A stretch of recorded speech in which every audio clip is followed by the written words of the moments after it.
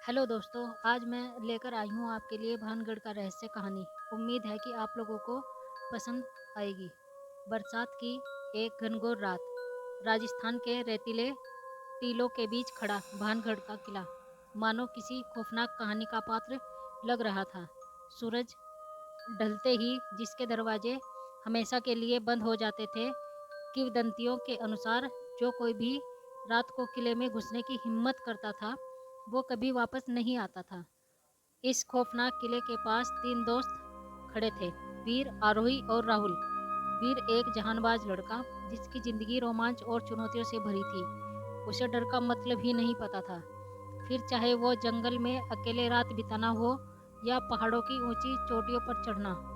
आरोही एक जिज्ञासु लड़की जिसका दिमाग हमेशा रहस्यों को सुलझाने में लगा रहता था। भूतों की कहानियां उसे खूब लुभाती थी। पुरानी किताबें पढ़ना और भूतिया जगहों के बारे में जानना उसका शौक था। राहुल स्वभाव से थोड़ा शांत और सतर्क रहने वाला लड़का था। उसे अकेले में रहना पसंद नहीं था और भूतों की कहानियों से ही कन्नाटे लगते थे। मगर दोस्तों की खातिर वो किसी भी मुसीबत का सामना करने को तैयार रहता था। वीर ने किले की तरफ इशारा करते हुए कहा, आज रात हम भानगढ़ के किले में घुसेंगे और वहाँ के रहस्यों को जानेंगे। आरोही उसकी बातों में आ गई। चलो, ये कहानी इतिहास की किताबों में दर्ज हो जाएगी। उसे ये रोमांचकारी साहस बहुत लुभा रहा था। लेकिन राहुल थोड़ा घबरा गया। ये मनाही है वीर, रात को किले में जाना खतरनाक है। कहते हैं जो कोई भी रात को किले में घुसता है वो वापस नहीं आता।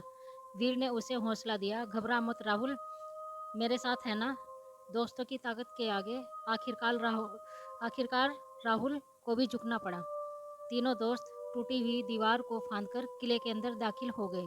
किले के अंदर का नज़ारा दिल दहला देने वाला था। टूटी हुई इमारतें, चारों तरफ उगे हुए जंगली पेड़ और अजीब सी सन्नाटा जो उनके कानों को चीर रहा था।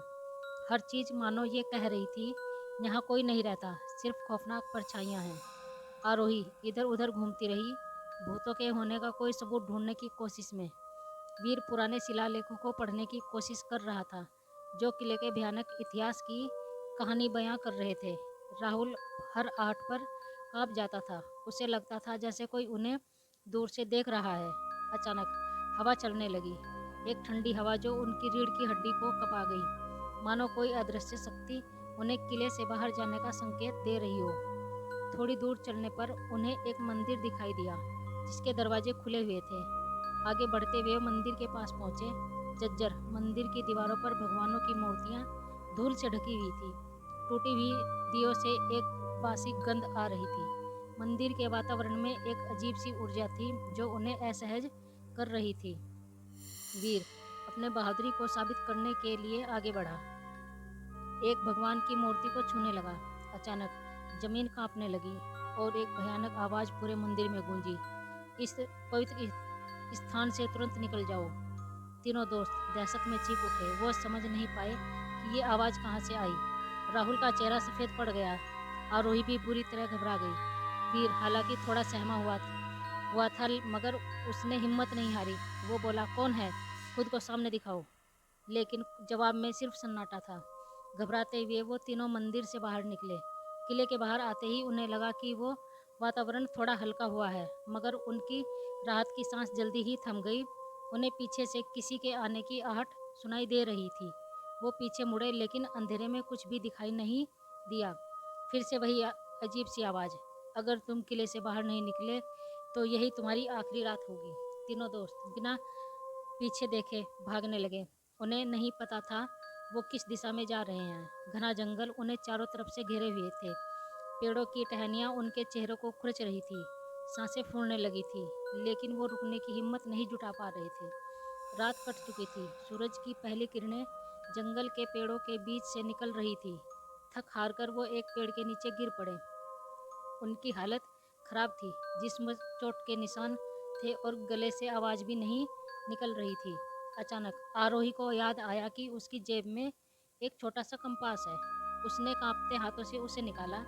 कपास की सुई उत्तर दिशा की ओर इशारा कर रही थी।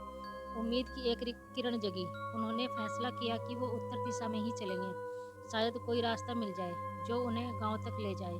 कई घंटे चलने के बाद उन्हें दूर से धुआं उठता हुआ दिखाई दिया। थोड़ी देर में वो एक छोटे से गांव में पहुंच गए। गांव के लोगों ने उनकी खूब देखभाल की और उन्हें सुनाने के लिए बहुत कुछ था। उस गांव के लोगों ने बताया कि भानगढ़ का एक किला वाकई भूतिया है। वहाँ एक तांत्रिक रहता था जिसने श्राप दिया था कि जो कोई भी किले में प्रवेश करेगा वो कभी वापस नहीं आएगा। क्या वाकई वो आवाज़ उसी तांत्रिक की आत्मा थी? ये सवाल उनके दिमाग में कौंधा, मगर इसका जवाब उन्हें आज तक नहीं मिला। गांव वालों की कहानी सुनकर उनकी रीढ़ की हड्डी में सिहरन दौड़ गई। क्या वाकई भानगढ़ के किले में कोई तांत्रिक रहता था जिसने ये भयानक श्राप दिया था? लेकिन वो आवाज़, वो अजीब सी ऊर्जा, ये सब सवाल उनके दिमाग में भंवर बनकर घूम रहे थे। कुछ देर आराम करने के बाद उन्होंने गांव के मुखिया से भानगढ़ किले के बारे में और जानकारी लेनी चाहिए। मुखिया एक बुजुर्ग व्यक्ति थे जिनकी आंखों में जिंदगी का लंबा अनुभव झलकता था। उन्होंने बताया, भानगढ़ का किला हमेशा से रहस्य में डूबा रहा है। सैकड़ों साल पहले यहाँ के राजकुमार को एक तांत्रिक से प्यार हो गया था, लेकिन तांत्रिक की नज़र राजकुमार की प्रेमिका राजकुमारी रत्नावली पर थी। तांत्रिक ने राजकुमार को धोखा दिया और रत्नावली को पाने के लिए जादू टोना किया। जब राजकुमार को यह पता चला तो वो गुस्से से भर उठा और उसने तांत्रिक को मौत के घाट उतार दिया। मरते वक्त तांत्रिक ने भयानक श्राप दिया था कि भानगढ़ का किला हमेशा के लिए वीरान हो जाएगा और जो कोई भी किले में प्रवेश करेगा वो वापस नहीं आ पाएगा। वीर, आरोही और राहुल एक दूसरे का चेहरा देख रहे थे। गांव वालों की कहानी सुनकर उनकी खुद की कहानी से मेल खाती थी। क्या वाकई वो आवाज़ उसी तांत्रिक की आत्मा थी? कुछ दिन गांव में रहने के बाद वो वापस अपने शहर जाने के लिए तैयार हो गए। भले ही भानगढ़ का रहस्य अनसुलझा ही रह गया, मगर ये अनुभव उनकी जिंदगी भर याद रहने वाला था। शहर वापसी के बाद उनकी जिंदगी पहले जैसी नहीं रही। वो अब भी रोमांच पसंद करते थे, लेकिन अब वो किसी खतरे में सिर झोंकने से पहले 100 बार सोचते थे।